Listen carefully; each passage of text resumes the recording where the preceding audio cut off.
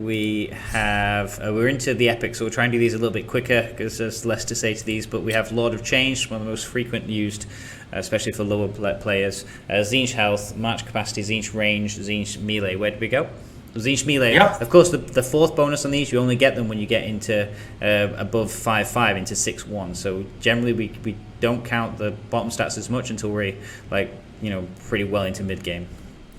Yeah, absolutely. I think the epic warlord, like Lord of Change, is very useful for your Qin range units. But bear in mind that Qin units in T4, they are all melee driven, right? For example, your Screamers and your Chaos Knights of Qin. So it's empowering your pink horrors as well as your sorcerers a lot.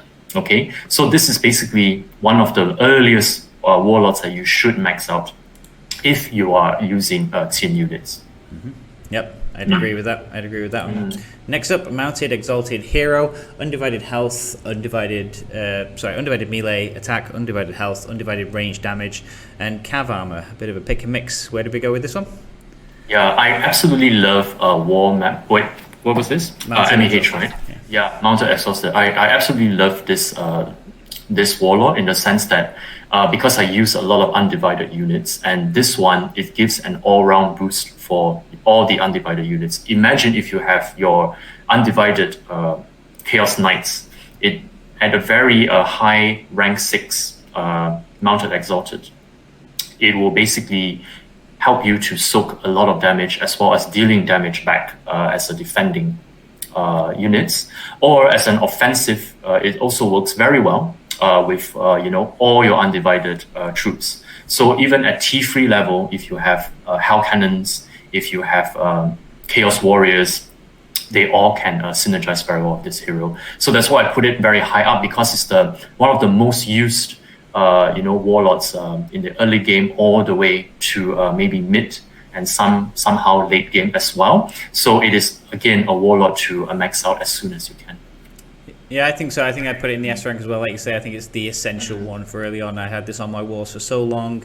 You got 2 defensive bonuses, 2 a melee and a ranged damage. And yeah, like you say, when it's early on, tier 3, tier 4, you're probably producing so many undivideds from all of your buildings. They're going to be outnumbering all the rest of your stuff for a significant portion. So for defense-wise, then be put on the stuff that's going to boost the most stuff that you've got. So yeah, next up is Bloodthirster. Con melee damage, con range damage, con health, and if you get it high enough, con ranged attack. Yeah, if you notice Bloodthirster, it boosts the damage as well as health, and these two are very rare in the game. So if you are a con dominant player in the early game all the way to late game, it is a very, very useful warlord. Similar to LOC, but it's for the boosting the con counterpart. So max this as early as possible, because you're going to use it a lot if you are training con units. It's an all-rounder, basically. Mm-hmm. Yeah, I was a little bit disappointed early on, especially with range damage, and then the bonus came out and it was ranged attack, because of the limited amount of, especially early game, con range. So, yeah, I get where you're coming from. They're 2 more rarer stats. I just wished kind of we didn't have quite so much for range. But I suppose the only thing that really boosts range. Where did you put it? You went with A. Okay. Yeah, I put it at A, but it could be a B plus or A. Yeah, I would probably put it B plus personally, but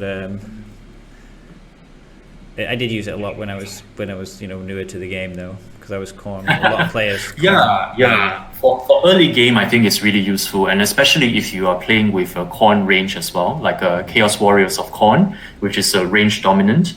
Then yes, it can work very well. Even late game with Skull Cannons, right? A T5 that is a range con unit, powerful DPS, but I think it works better with Village.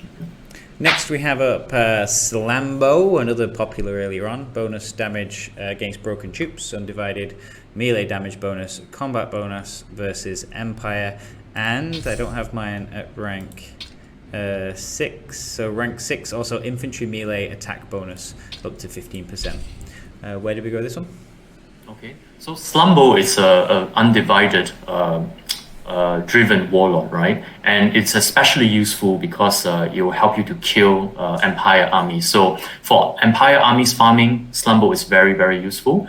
But because of that specialization means that its use is limited. For example, I won't be using SLAMBO as my defending warlord because, I have other better warlords that actually boost HP.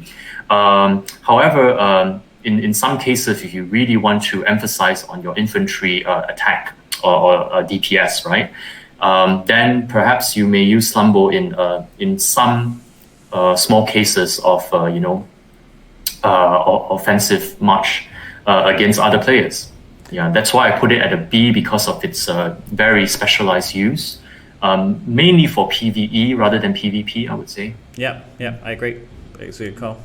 Next up, JABBERSLYTHE. So we've got monsters range damage, monsters melee damage, monsters health bonus, and if you get them to level 6, then we also get undivided armor bonus.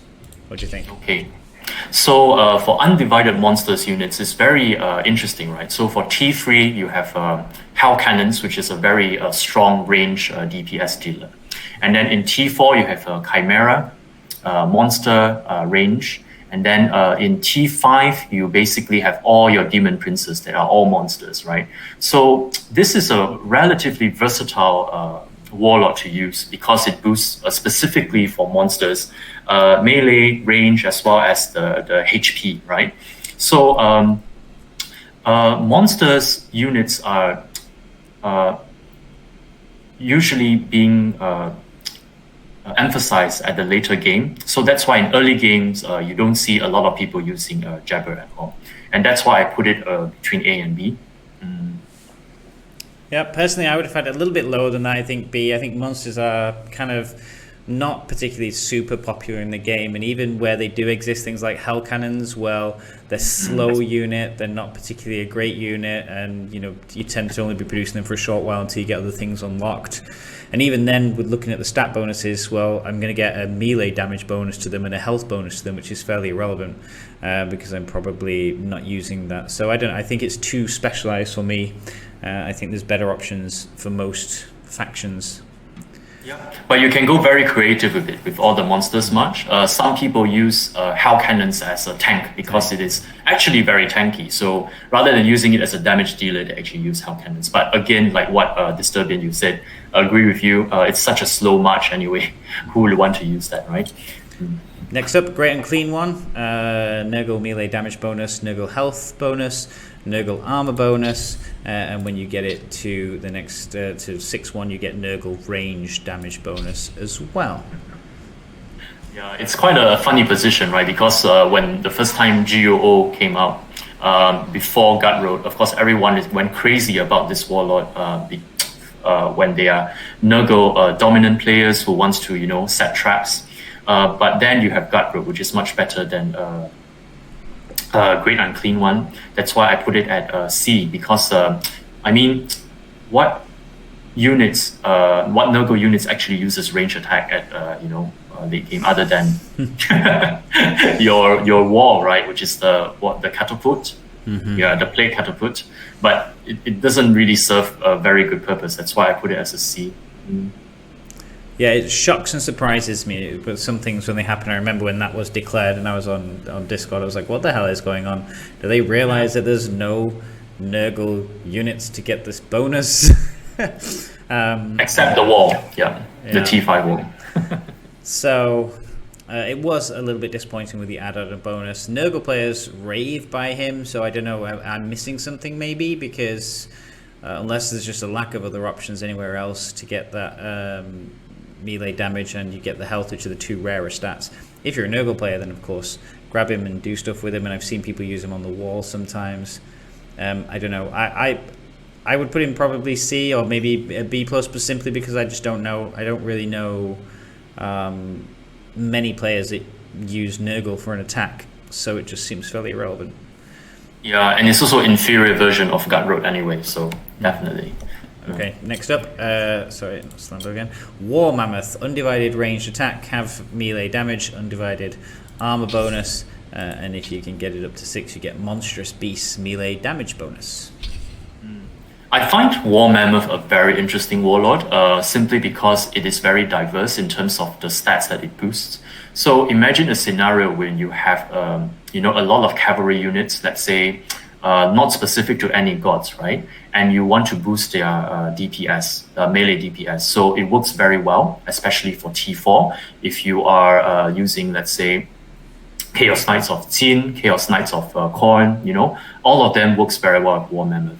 And at the same time, if you have, range defensive war units, for example, the Hell Trebuchet, the War Mammoth is a very good defensive warlord in that sense, because it boosts not only your cavalry melee DPS, it also boosts your range undivided DPS as well. So if you have, say, Hell Cannons, which are very tough and they also do range damage, yes, you can use it as T3 in the game.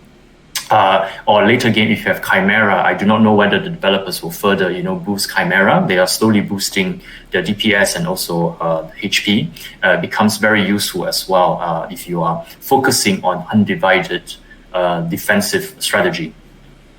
For the offensive end, it's also I frequently use this because I have a lot of cavalry units and they work very well. For example, for T3, if I have a lot of BLOODTHIRSTER, it definitely boosts the melee damage, and because BLOODTHIRSTER is already quite tough after the update, this one can go. I used to use it a lot when it came out, and I tend to have a lot of cavalry in my base. I guess if you have a lot of cavalry and a lot of undivided for defense, there have been stages where I have put him on my wall for that reason. If you're going to have a lot of Hellstriders or Blood Crushers or into tier 4, you're going to have a lot of Knights, which a lot of people tend to gravitate towards, then it is an option on the wall. Where did we put it? A? Yeah, okay. Yeah, okay. I'd be around about there, around about B plus to A. Yeah, somewhere around there. Yeah. Okay. Last one we have is the Keeper of Secrets. I'm having to click the more information here because I've not bothered upgrading a lot of these because there was just other better options. I felt all their units that I don't have. So Keeper of Secrets were Slaanesh melee attack bonus, Monstrous Beast melee damage, Slaanesh melee damage, and then at 6 we get Slaanesh ranged attack bonus as well. Yeah, it is a very strange warlord because there are so few players that actually plays Slaanesh throughout the game, and also it's very difficult to synergize with War Beast as well. So I definitely put this at the last of my list. I almost never use it, even though historically this is the first epic warlord that came out in the game. I remember 2 years ago in 2019. Yeah, so well, it is unfortunate, of course. If only the developers can, maybe do a bit of tweaks. However, it pairs well with if you are playing T5 Hellflayers, then yes, Keeper of Secrets boosts the melee DPS for Hellflayers. Other than that, well, it's a trophy warlord, I would say. See, now on the last server that I played, first server I played Khorne, second server I said, right, okay, I really like Slaanesh, I'm going to play Slaanesh. And I went with Slaanesh, and it was just a horrible time for the game developers regarding Slaanesh because Keeper of Secrets was only from an event, and I think from when I started on the server, they first ran a Keeper of Secrets event something like 3 or 4 months into the server. And the mask of Slaanesh at that time wasn't in the Warlord chest box, so you couldn't get him from the chest no matter how much you spent. And again, he was from an event and came about 2 or 3 weeks after the Keeper of Secrets. It's a joke on the Discord, people saying desperately, come on, we've got all these new players, some of them playing Slaanesh, we just don't have a Warlord for like 4 months. So I was devastated with that, and when I then came into this server, I was like, I'm not going to make that same mistake, I'm not going to do Slaanesh this time. Obviously the developers don't like it. Sigvald came out, changed things a little bit. Some of the unit tweaks and the changes to Slaanesh made them fairly decent. I've seen some really powerful marches. Yeah. The thing is, they don't use Keeper of Secrets. Maybe at lower level, and you you might be tempted to use him just for the buffs, but most people use Sigvald because he's just so much better in every way and buffs all of the units way better than Keeper of Secrets would do. So before Sigvald, Keeper of Secrets, if you're a Slaanesh player, he would be like A plus rank. I would have just been so glad to have had him in the first month of playing on the last server. Now looking back at it with options, it is probably one of the worst epics and desperately needs revamping. Yeah, if you remember last time it was boosting the morale. Was it Slaanesh morale before they changed that buff? If you recall. I can't remember. Or Keeper of Secret. Yeah, it was really a terrible buff because it actually boosts Slaanesh morale, and then it means that it places your demonettes in front of your march. Oh, yes, you are right. Remember I do that? remember. Yeah. So of course it doesn't make sense because demonettes, they are basically your glass cannon. So who would want to put that in front, right? Yes, it was really silly. Yeah, I eventually got Keeper of Secrets, and yeah, you couldn't upgrade Keeper of Secrets to the maximum level. You couldn't upgrade it beyond like 5.2 because past 5.2, then they put it above Giants, and there was nothing you could do from that stage on. Yeah, it's really stupid, and I think after all the backlash, they finally changed it. I think the developer even changed it like quite late last year or something like that. So I remember as well, there was also there's the helm piece that gives you minus undivided morale. The name has escaped my mind. And again, it was the same. You couldn't use that piece of gear, that equipment on your head, the Bloody Executioner's hood, because if you went your Bloody Executioner's hood past like epic or beyond, then again there was no way you could put anything to tank before your weak, fragile demonettes. Yeah. Oh well. Okay. So I guess these are the legendary and epic warlords that we are reviewing.